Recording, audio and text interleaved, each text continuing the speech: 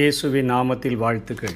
ஏசாயா 11 அதிகாரம் 9 பின்பகுதி, சமுத்திரம் ஜலத்தினால் நிறைந்திருக்கிறது போல் பூமி கர்த்தரை அறிகிற அறிவினால் நிறைந்திருக்கும் என்று சொல்லி, இந்த நாட்களிலே ஆண்டவருடைய சத்தியத்துக்கு விலகி கட்டுக்கதைகளுக்கு சாய்ந்து போகிற ஒரு காலத்திலே நாம் வாழ்ந்து கொண்டிருக்கிறோம் என்று தீமோத்தேயுவுக்கு பவுல் எழுதும் பொழுது அவர் சொல்லிக் கொடுக்கிறதை பார்க்கிறோம்.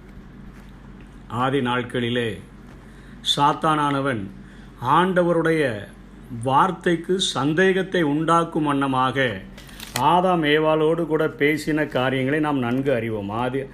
ஆதியாகமம் 3 அதிகாரம் 1 தேவன் இவைகளை குறித்து சொன்னதுண்டோ என்று சொல்லி ஆண்டவருடைய வார்த்தையிலே சந்தேகம் வரும்படியான ஒரு கேள்வியை முதலிலாக உருவாக்கப்பட்ட ஆதாமிடத்திலும் ஏவாளிடத்திலும் சத்துருவானவன் கேட்டபொழுது, அவர்கள் ஆம் என்று சொல்லி அவனுக்கு பதிலளித்த பொழுது, அவர்கள் பாவத்தில் விழுந்தபடியினால் முழு மனித குலமும் பாவத்தில் விழுந்ததாக நாம் வேதத்திலே காண்கிறோம்.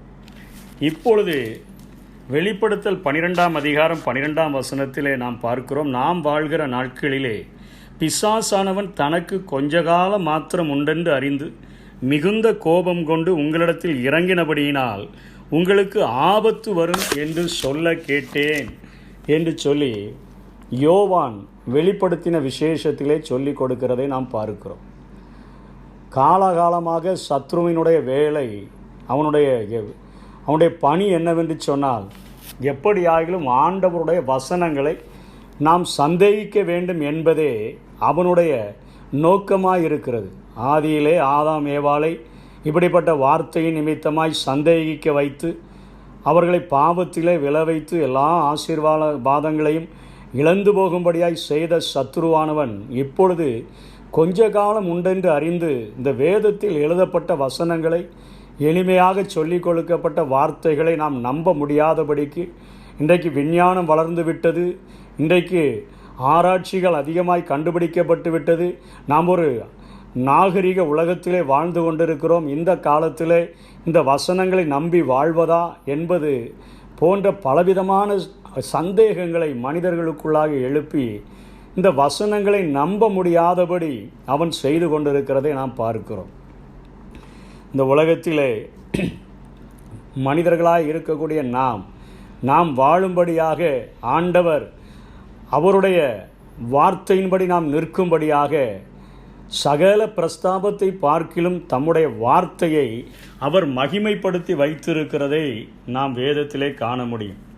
பவுல் அப்போஸ்தலன் சபைக்கு சொல்லும்போது சொல்லுகிறான், ஒருவேளை இது பகட்டாய் தோன்றாத அல்லது ஒரு விஞ்ஞானம் போல தோன்றாத ஒரு காரியமாய் சாதாரண காரியங்களை சொல்லிக் கொடுக்கக்கூடியதாய் இந்த வேதம் இருந்தாலும் கூட அது முக்காலத்திற்கும் பொருந்தக்கூடியதாக, இன்றைக்கு நமக்கு தேவையானவைகளை அவைகள் சொல்லிக் கொடுக்கக்கூடியதாக இருப்பதை இங்கே பவுல் அப்போஸ்தலனுக்கு திருவசனமாகிய அது ஒரு பாலை போன்ற ஒரு எளிமையான உணவுதான், ஞான பாலின் மேல் நீங்கள் வாஞ்சையாய் இருங்கள் என்று கற்றுக் கொடுக்கிறார்.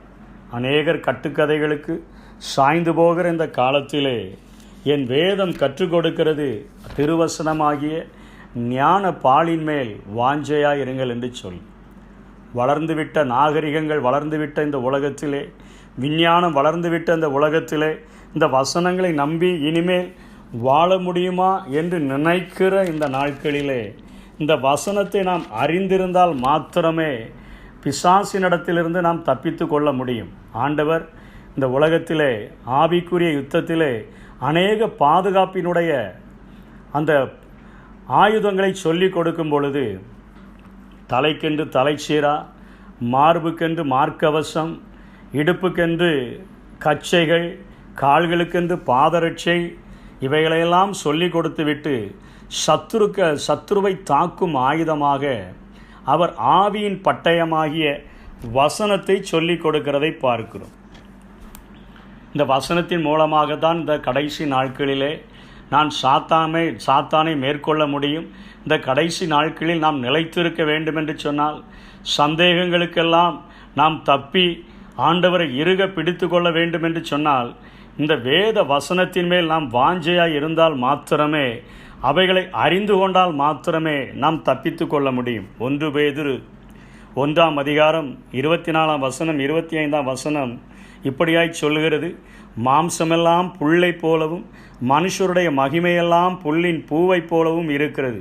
இன்றைக்கி மாம்சத்தை நம்பி மனிதர்கள் பெருமை பாராட்டி கொண்டிருக்கிறார்கள், மகிமையை நம்பி மனிதர்கள் பெருமை பாராட்டி கொண்டிருக்கிறார்கள். அதை பேதுருவினிடத்தில் கேட்டால் அவர் சொல்லுகிறார், மாம்சம் ஒரு புல்லுக்கு ஒப்பாக இருக்கிறது, மனிதனுடைய மகிமை ஒரு புல்லின் பூவு, அது எவ்வளோ நேரம் இருக்கும், அந்த பூவுக்கு ஒப்பாக இருக்கிறது. புல் உலர்ந்தது, அதன் பூவும் உதிர்ந்தது, ரெண்டுமே அழிந்து போகிவிட்டது என்று சொல்லிவிட்டு அவர் சொல்லிக் கொடுக்கிறார், கர்த்தருடைய வசனமோ என்றென்றைக்கும் நிலைத்திருக்கும், உங்களுக்கு சுவிசேஷமாய் அறிவிக்கப்பட்டு வருகிற வசனம் இதுவே.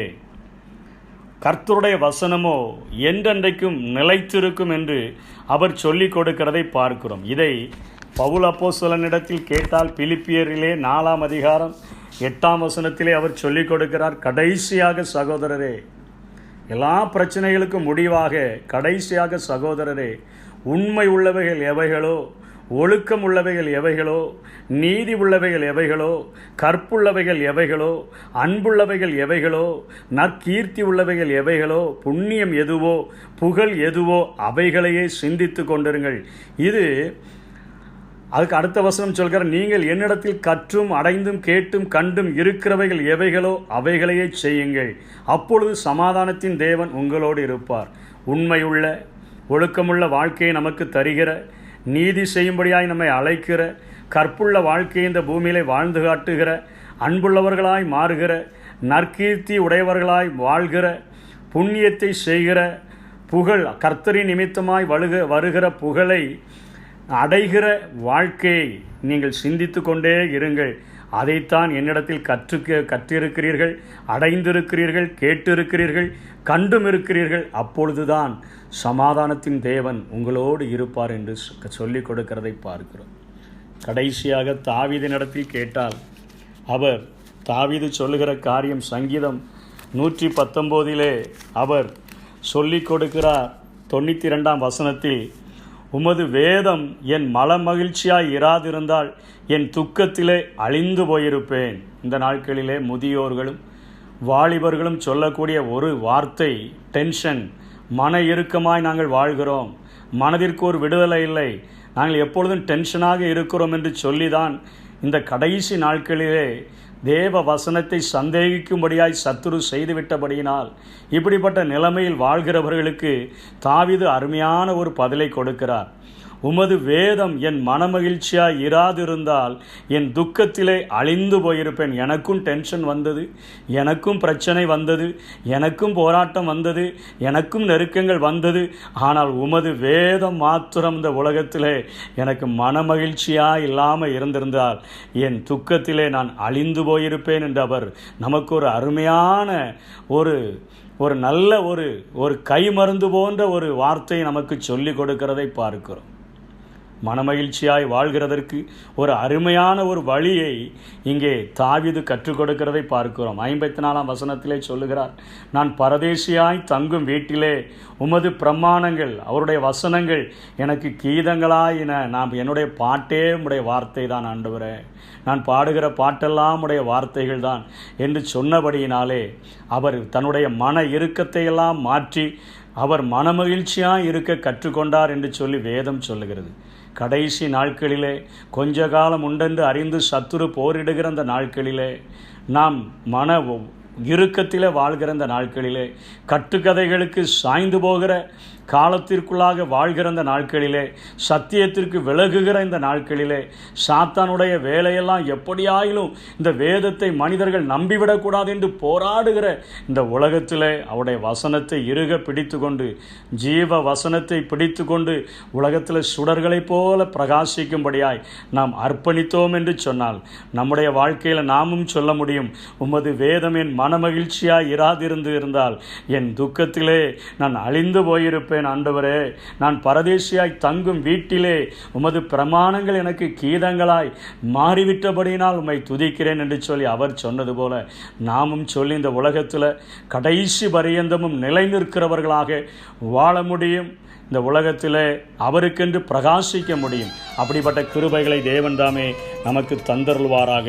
ஆமென். சத்திய வேதம் பக்தரின் கீதம், சுத்தர்கள் போகும் பாதையின் தீபம், உத்தம மார்க்கம் காட்டும் சத்திய வேதம்.